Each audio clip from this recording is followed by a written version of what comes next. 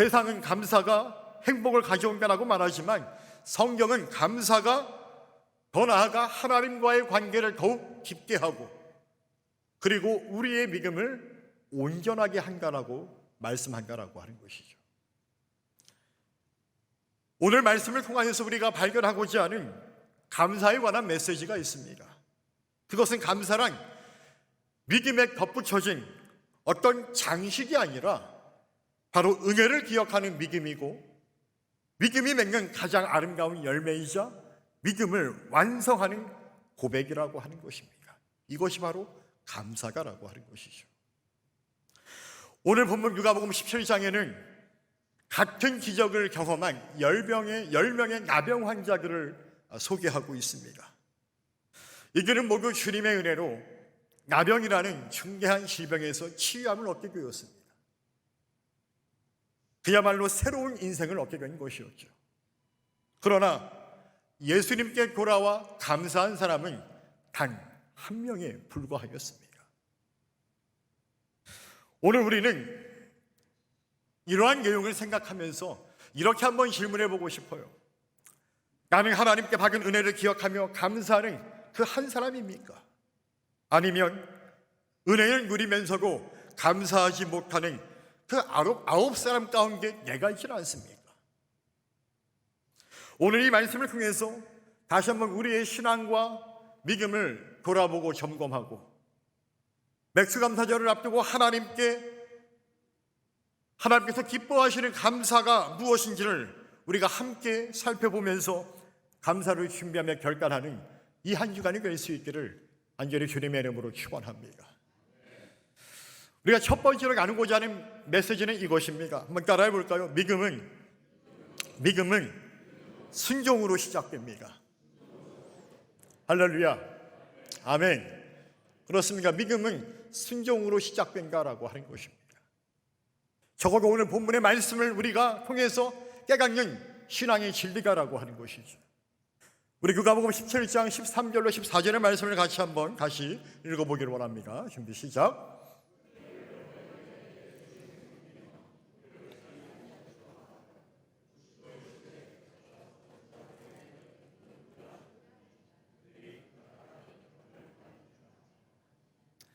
아멘. 예수님께서 예루살렘으로 가시고자 사마리아와 갈릴리 사이로 길을 가실 때 한 마을에 들리게 되셨다라고 오늘 본문은 우리에게 증언합니다. 근데 그 마을에 들어가니까 한 무리의 나병 환자들이 예수님을 보고 소리를 칩니다. 예수 선생님이여, 우리를 불쌍히 여기소서. 어쩌면 그 나병 환자들의 목소리는 저와 여러분들의 목소리는 아니겠습니까? 정말로 간절한 부르짖음이었습니다. 예수님은 그들의 목소리를 들으셨고 그 목소리를 듣자마자 그들의 요구가 무엇인지를 아셨습니다. 그래서 그들에게 이렇게 말씀하시죠. 가서 제사장들에게 너희의 몸을 보이라. 그런 게 참 이상하죠. 그들의 요구가 무엇인지 아신 예수님께서는 그들의 몸에 당신의 손길로 안수하여 주신 것도 아니었습니다. 그냥 가서 너희들의 몸을 보이라는 거예요. 아니, 아직 낫지도 않았는데 제사장들에 가서 몸을 보이라니 참으로 그들이 듣기에는 의아한 명령인 것이죠. 여러분, 우리는 이 대목에서 구약 성경에 등장하는 한 인물을 주목해 볼 수가 있습니다. 바로 나만 장군이라고 하는 사람이에요. 여러분, 10명의 나병 환자들고 주님이 가라 했을 때 의아했지만 그래 가자 하다 보니까는 자신들도 모르게 병이 나았다라는 얘기예요. 말도 안 되는 어처구니없는 명령이었지만 요단강물에 7번 몸을 담근 그 나만 장군이나 예수님의 명령을 따라서 제사장들에게 발걸음을 옮겼던 그 10명의 나병 환자들이나 그들의 치유 사건을 통해서 우리가 발견하게 되어지는 신앙의 공통점이 하나 있습니까? 그것이 무엇이겠습니까? 바로 순종이었다라고 하는 것입니다. 순종. 여러분, 하나님은 당신의 역사를 이루시게 이렇게 항상 우리에게 믿음의 발걸음, 그 순종을 우리에게 요구하신다라고 하는 얘기예요. 여러분, 교회의 모든 사역은 하나님의 말씀이 임하면 우리의 생각으로 계산하는 게 아니라 믿음을 갖고 주님을 바라보며 순종함으로 나아갈 때 하나님의 역사가 이 교회 가운데 이루어진다라고 하는 것입니다. 할렐루야. 하나님의 사역은 결코 우리의 생각으로 하는 것이 아니에요. 세상적 기준을 갖고 세상적 계산기를 가지고 두드리면서 우리가 사역하는 거 아니라는 얘기예요. 때로는 어려움이 있을 수 있겠죠. 여러분, 우리가 교회 시간을 리모델링 했어요. 어려움이 예상됐어요. 그러나 제가 하자고 그랬어요. 합시다. 언제까지 미룰 겁니까?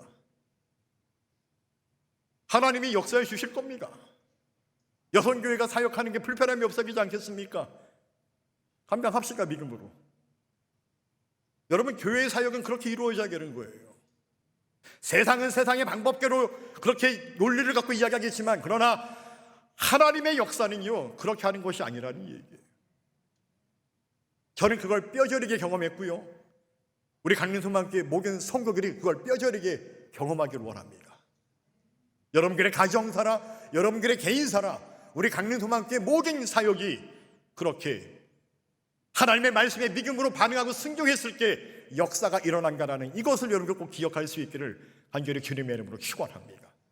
그래서 그런 고백과 간증이, 감사가 많아지는 교회, 그런 은혜가 많아지는 인생, 오늘 우리 교회가 저와 여러분들이 될 수 있기를 간절히 주의 이름으로 축원합니다.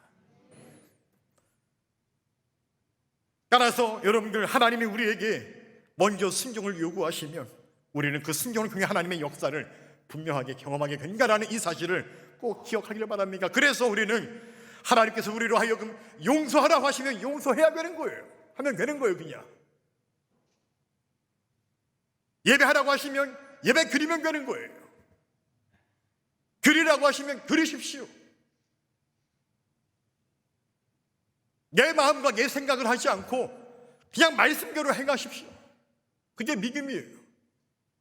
감사도 마찬가지입니다. 감사하라고 하시면 여러분 감사하십시오. 어려운 중에도 감사를 고백해 보십시오. 힘든 중에도 감사를 고백해 보십시오. 여러분, 특별히 하나님은 우리에게 이 감사를 명령하셨습니다. 여러분, 구약 성경과 신약 성경 항상 우리들에게 이 감사를 우리에게 명하시는 게, 여러분, 시편 100편 4절 상반절을 보게 되면 이렇게 우리에게 말씀하죠. 같이 한번 읽어볼까요? 준비 시작. 할렐루야. 감사함으로 그의 문에 들어가며. 여러분, 휴일날 이 성전에 나오실 때 어떻게 나오십니까? 피곤한 마음으로, 힘든 마음으로, 귀찮은 게 그런 마음으로, 아니면은 감사한 마음으로 저 문을 열고 들어오십니까? 여러분, 감사한 마음으로 그의 문에 들어갈 수 있기를 주님의 이름으로 축원합니다. 우리의 마음이 불편하고 내가 이 한 주간 힘들었었고, 하나님 감사함으로 나갑니다. 할렐루야. 시편 50편 23절은 우리에게 이렇게 말씀하죠. 감사로 제사를 드리는 자가 누구를 영화롭게 한다? 하나님을 영화롭게 한다. 할렐루야. 신약은 우리에게 무엇이나 말할까요? 데살로니가전서 5장 18절 같이 한번 다시 읽어볼까요? 범사에 감사하라. 이것이 그리스도 예수 안에서 너희를 향하신 하나님의 뭐라고요? 뜻이라고요. 하나님의 뜻이라고요. 범사에 감사하라. 또한 골로새서 3장 15절 하반절은 이렇게 말합니다. 너희는 또한 감사하는 자가 되라. 감사하는 자가 되라.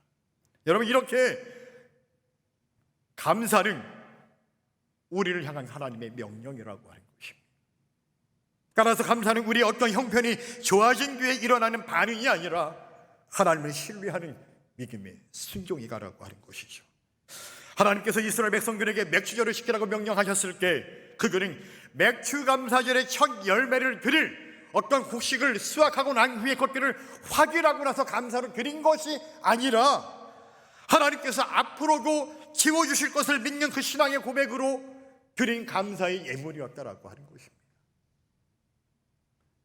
그러므로 감사는 믿음의 출발점이 되는 것이고, 감사는 순종의 표현이다라고 말할 수 있는 것이죠. 사랑하는 성도 여러분, 우리 모두가 하나님의 명령에 순종하여 감사로 우리의 믿음을 드러낼 수 있는 순종의 성도들이 될 수 있기를 간절히 주님의 이름으로 축원합니다. 두 번째 나누고자 하는 신앙의 원리는 이것입니다. 한번 따라해 보실까요? 감사는 은혜를 기억하는 믿음입니다. 할렐루야. 오늘 설교의 제목이죠. 그렇습니까? 감사는 은혜를 기억하는 믿음입니다. 우리 다시 한번 누가복음 17장 15절로 16절까지의 말씀을 같이 한번 읽어보기를 원합니다. 준비 시작.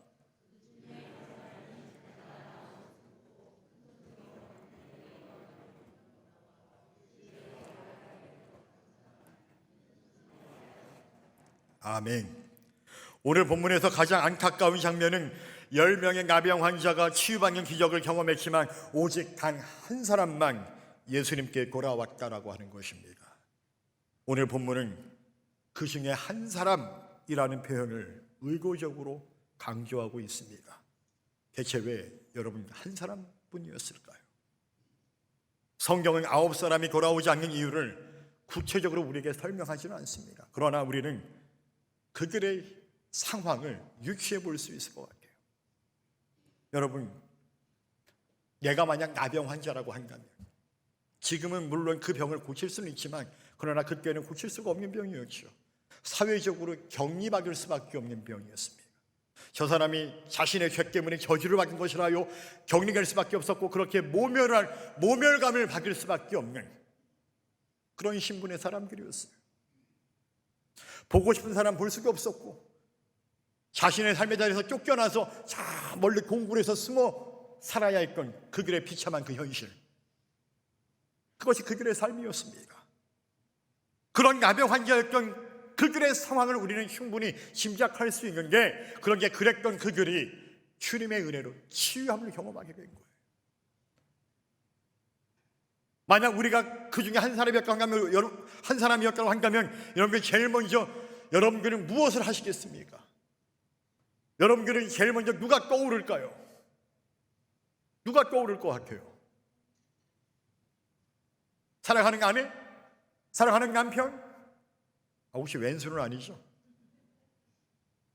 아니면 내 자식들? 내 부모 형제들? 내가 원래 있어야 할 곳으로 다시 빨리 가야지라고 하는 이런 생각들, 여러분 충분히 그럴 수 있지 않을까요? 무슨 말이냐면 그들은 결코 예수님의 그 은혜를 부정한 것이 아니라는 얘기예요. 오히려 받은 은혜가 너무 커서 은혜를 주신 분보다 그 은혜 자체에 그들의 마음을 잠시 빼앗기지 않았을까요? 너무 감격해서 미처 주님을 생각지 못하지 않았을까요? 다시 말해서 주님께 돌아오지 못한 9명의 문제는 그들의 악한 마음이 아니라 주님의 은혜보다 병이 치유되었다는 그 선물에 더 마음을 빼앗긴 것은 아니었을까요?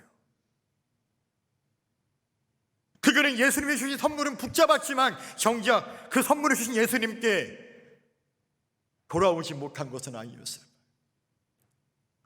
여러분, 오늘 우리도 그렇지 않습니까?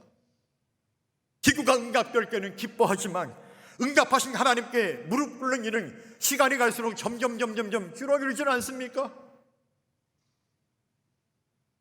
병이 나으면 병원 의사에게 감사는 하지만 정작 하나님께는 감사하지 못할 때가 있지는 않았습니까?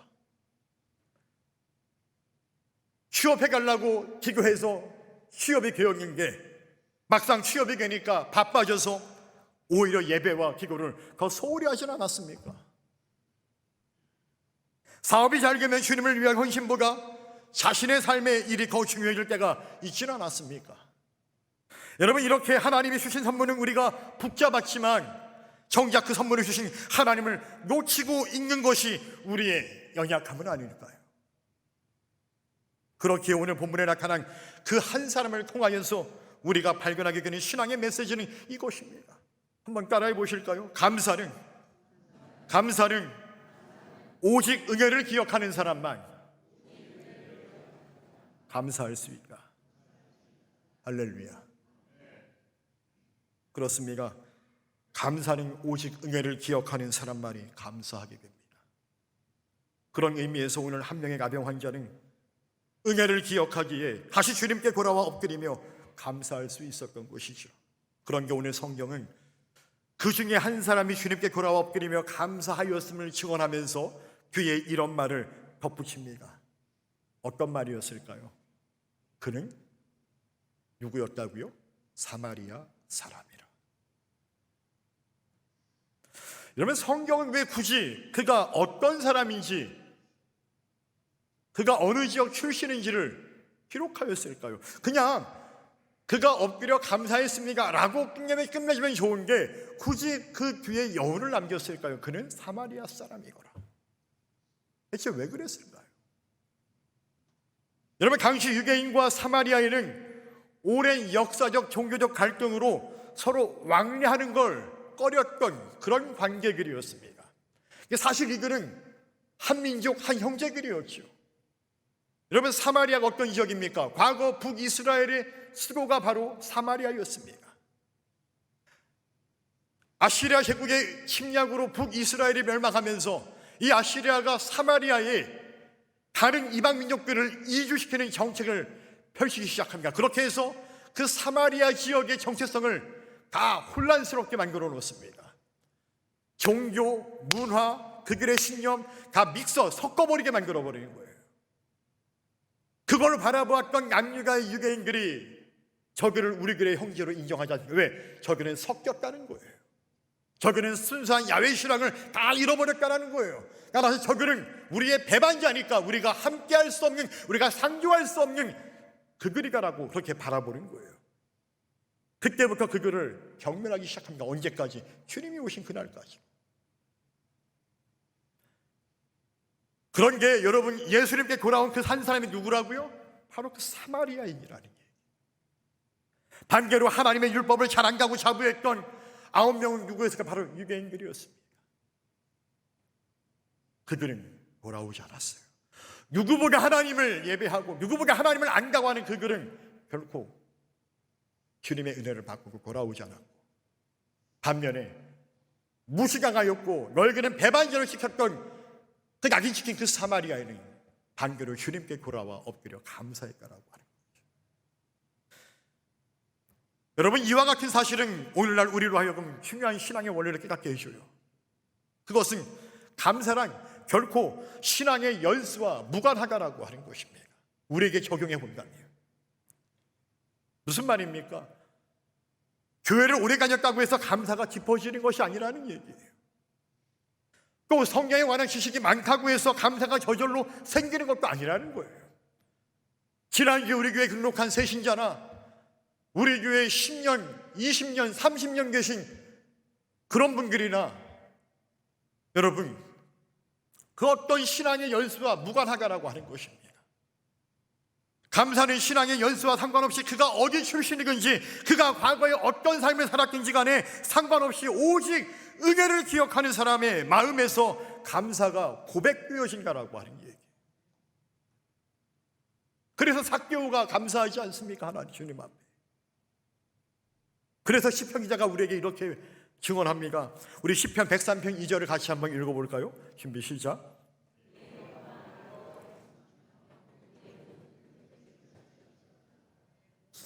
아멘. 내 영혼아 여호와를 송축하며 그의 모든 은택을 잊지 말지어다. 제가 이 말씀을 묵상하면서 갑자기 은택이가 떠오르더라고. 우리 그 은택이 아세요 혹시? 김민경 권사님, 은택이가 떠올라서 그래 은택이를 잊지만 그 은택이를 잠깐 기도하고, 아무튼 간에 은택을 잊지 말지어다, 은혜를 잊지 말라는 거예요.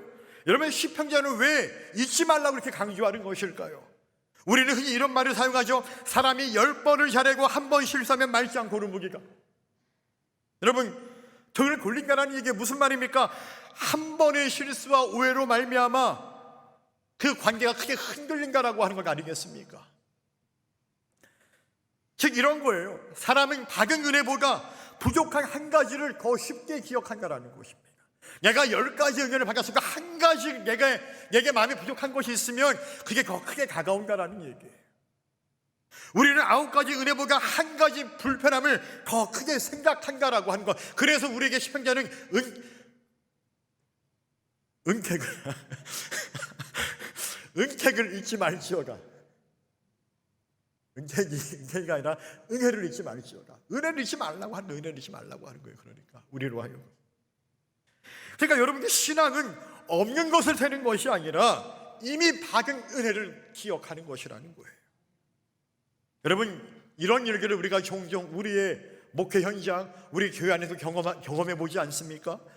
어떤 목사님께서 큰 어려움을 겪고 있는 성도를 신방하고 상담하면서 이렇게 이야기했대요. 하루에 3가지씩 감사한 일을 적어보라고 권했더니 그 성도님이 아이 목사님 저는 감사할 게 없어요.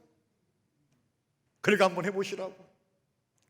그리고 목사님 말씀이니까 그렇게 순종함으로 억지로 이렇게 써보기 시작하는 거예요. 하나님 오늘도 숨쉬게 하시니 감사해요. 하나님 힘들지만 오늘도 밥 먹게 하시니 감사해요. 하나님 힘들지만 그래도 주님 전에 찾아 나와 예배 드릴 수 있도록 하시니 감사해요. 이렇게 하나씩 감사를 써내려가 보는 거예요. 몇 달 후에 그분이 목사님에게 이렇게 말합니다. 목사님 말씀대로 순종함으로 감사한 일을 적다 보니까 제 형편은 변한 것이 하나도 없어요. 그런 게 목사님 제 마음이 변했어요. 제 마음이 변했어요. 내 상황은 그대로인데 목사님 내 마음은 변했어요 라고 그렇게 고백하는 거예요. 사랑하는 성도 여러분, 감사는 우리의 문제를 없애는 어떤 마술이 아니라 바로 그 문제 속에서도 하나님을 바라보게 하는 믿음의 훈련이 된다라고 하는 사실을 꼭 기억할 수 있기를 주님의 이름으로 축원합니다. 이제 우리는 다음 주 맥주감사절을 맞이합니다. 맥주감사절은 지난 6개월을 돌아보면서 우리가 주님에게 받은 은혜를 감사하는 절기죠. 물론 지난 6개월을 돌아보면 계획대로 되지 않은 일들이 있었을 것입니다. 아쉬움도 있었을 것이고 눈물도 있었을 것이고 답답함도 있었을 거예요. 생각지 못한 일들이 일어났을 수도 있습니다.